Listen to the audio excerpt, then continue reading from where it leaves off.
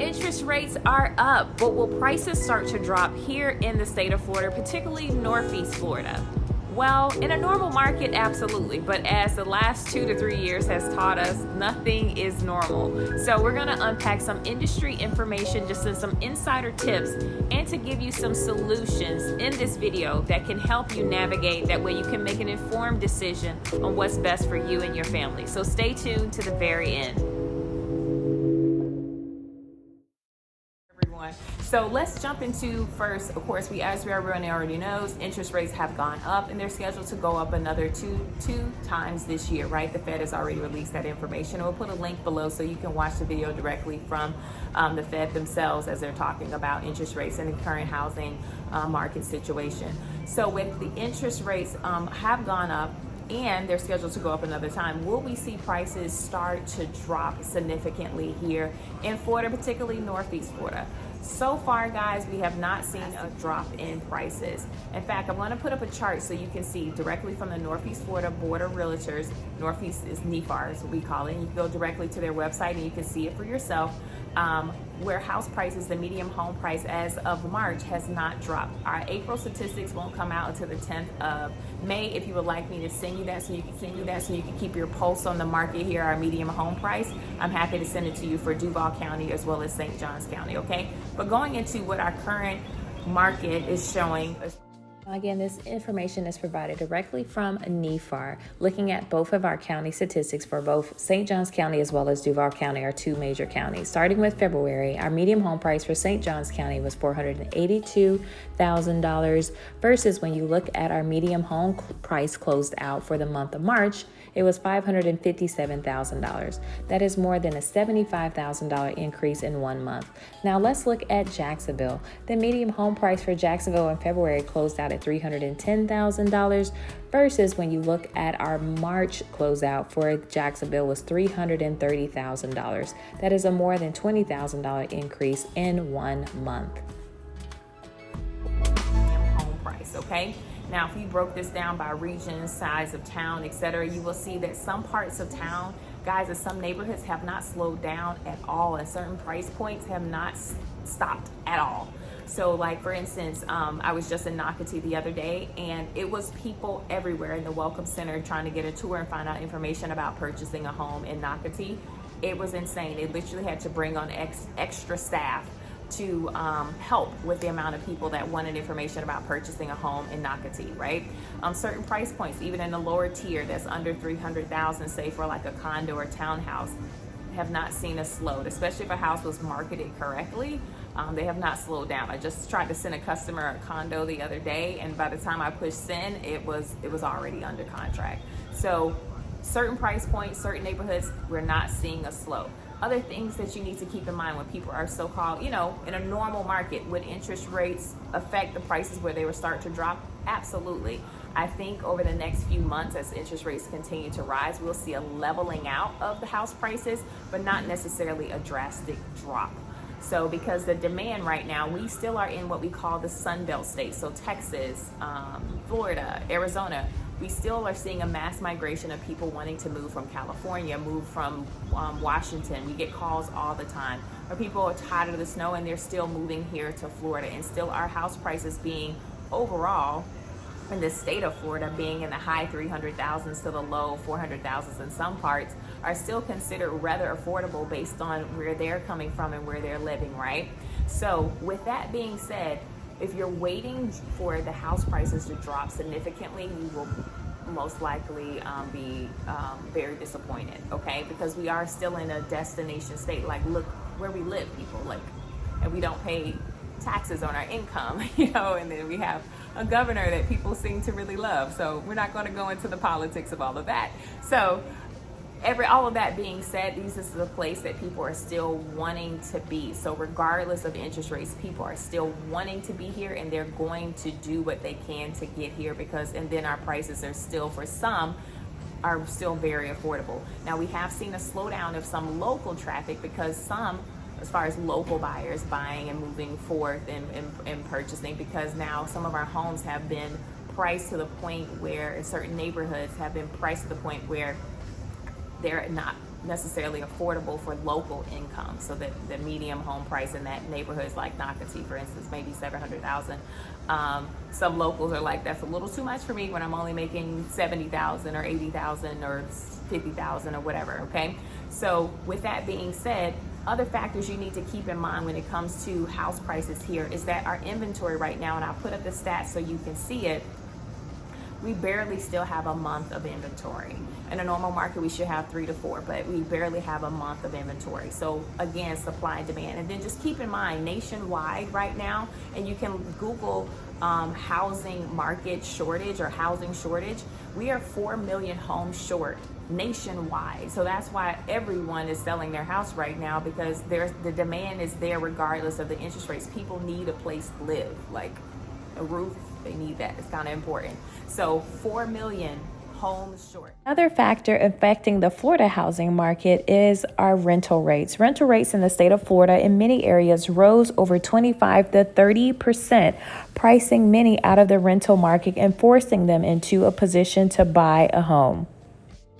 Video link for you to watch for yourself. It's called Why, again, that video I cited before, Why Homes in the U.S. Are So Expensive. And there it shows you why we are in this situation, because over the last 10 years, builders have not built homes at the rate that we needed to keep up with our population growth. Other things right now, we have such supply chain issues right now where still builders are having a harder time getting materials. So especially if you're looking to buy new construction, to expect home prices to drop drastically, it may be a fairy tale, because I'm talking to builders every day and they're telling me they're still having to pay triple for the same materials that they were able to get 3 years ago with ease, okay? And there's still shortages. They're still having to adopt their business model. So especially if you're looking for new construction, to wait for house prices to drop drastically may not be realistic. They are now incorporating incentives to incentivize buyers to, not slow down with their purchasing. But yeah, don't expect it to drop. And then also keep in mind that builders are now having to pay more for skilled labor, because a great portion of our construction labor force left during the pandemic. So for those skilled tradesmen, we're having to pay for their skills and for their talents and for their craftsmanship. All of that will contribute to house prices not necessarily dropping significantly, but I feel like you will see them start to level out, where you won't see $75,000 worth of growth in 1 month. Like, come on, really? Okay, so in a normal market, home prices may go up 4% over a year. We're seeing that in some areas and certain neighborhoods, we'll see 5 or 10% in 1 month. Will that continue to happen? It doesn't look like that will. We will see a level out, because now the local buyers are getting priced out, and it's just more so our out-of-town buyers now here in the state of Florida that are still hammering at it, okay? So with all of that being said, what are some practical solutions, okay? So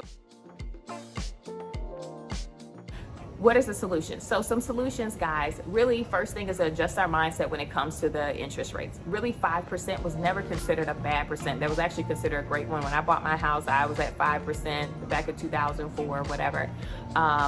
If you look at a chart over the last 30 years of the interest rates, people were paying 10, 8, 7, whatever. 5 is actually considered a good rate. I know when you think about, but we had 2, we had 3%. Yes, we did, but that is no longer it's going to be a thing of the past. They were trying to stimulate the economy. The economy right now is overly stimulated, so they're trying to do everything they can to cool it off, okay? So to see and to hope and pray that 2 or 3% will come back, it may be a fairy tale, and it may be quite a while before that happens, short of something drastic happening, which, hey, between COVID and World War III being on the loose, we never know, I don't know. It may happen. I don't know. But one thing that you could do, guys, is what one of my customers done is locked in your rate currently where it is, right? And then pay your payments consistently for 6 months. And then most lenders, and all my lenders that I've talked to, they offer the options for you to refinance just for a few $100s, because the rate changes every day. So let's just say a fluke happens, something happens in the stock market, whatever, and they drop the rate to 4% or they drop it to 3.8. You can lock in at that moment, refinance, and only pay a few $100s and start over. So that's one solution. So first, again, we said change your mindset that 5% is a bad rate, okay? Or 5-ish or 6 is a bad rate. Change our mindset, because prices are still continue to climb, but they're, whatever. Change our mindset when it comes to the interest rates. 2, you have the option to refinance. 3, our third solution is, remember, now that the market is priced out for some people are holding back, etc. So you won't have as many buyers maybe potentially bidding for the same house. So this is a note to sellers. Please pay attention. Do not, I repeat, do not overprice your house in this market. Yes, it's still a seller's market, but right now you have to be sensitive to the fact that this interest rates are higher. And so to price your house like some people were doing, $100,000 more than what it's worth, is a foolish decision. Price your house, get a real CMA by a real realtor. Don't just use Zillow and what you think is worth or what your neighbor sold out. That's why we're seeing all these homes coming back on the market, because they were overpriced from the beginning, and the appraisal gap is like $60,000, and people are now like, I'm not paying $60,000 out of pocket because you want to overprice your house. I'll give you 20 over. And they're like, no, I'm going to try again. So that's what you're seeing, guys. So houses are coming back on the market. So you may see sellers willing now to take contingencies, that may be a thing. That maybe I feel like it's going to come. I'm feeling it. I feel like that may be a solution.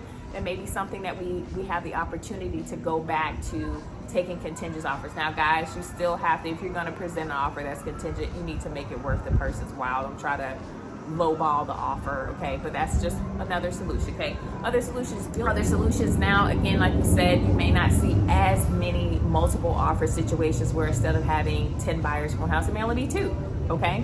Again, certain neighborhoods, not the T, and certain price points, there's no slowdown. Well, this just kind of wraps up everything. I know that was super fast, but I want to make sure that you have all the information to make an informed decision. Again, the market stats for the median home price every month comes out at the 10th of every month. If you would like me to send that to you directly, because you just want to keep a pulse on what's going on so you can monitor when to sell your house, if the rates, if the median home price is kind of leveling out or dropping, etc., I'm happy to send that to you. You can email me directly at finehomesbyfrancis@gmail.com. I'm happy to send that to you the 10th of every month.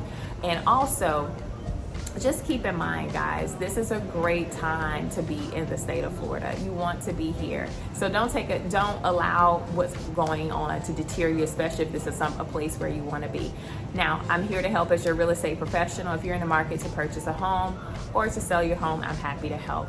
Now, if you're just still exploring and trying to figure out what's the next best steps for you and your family, I appreciate you so much for just watching this video all the way to the end. And I'm going to have another video for you coming out very soon. So please be sure to push like and subscribe, and stay tuned for the next video.